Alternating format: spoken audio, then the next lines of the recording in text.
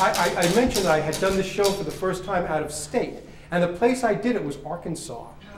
I was invited to come do the show in Eureka Springs, Arkansas. And one of the things that they put together there in Eureka Springs is this Museum of Earth History.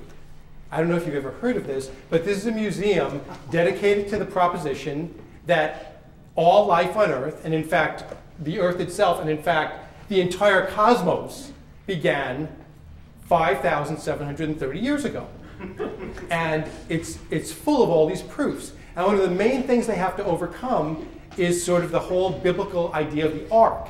And so there's the whole display in this one room with this, and they anticipate your questions and they just spell it right out. There's this plaque right up there on the wall that says, "Were dinosaurs on the ark?" And the answer is yes. The Bible clearly states that 2 of all 8,000 animal species were on the ark, and all the animals were created on the same day, which was day 6 of creation.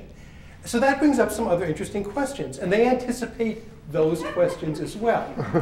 Question number 1. How did they keep the dinosaurs from eating all the other animals on the ark? And they had a very swift and sly, a very cunning answer to this, that for the purposes of the ark, God invented hibernation.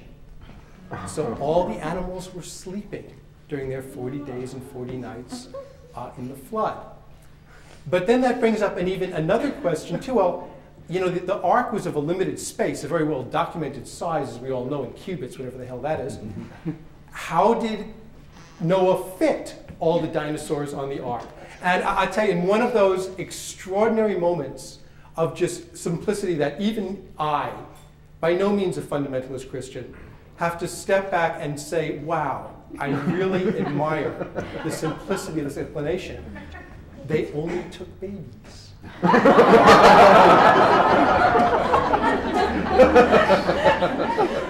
You gotta love it.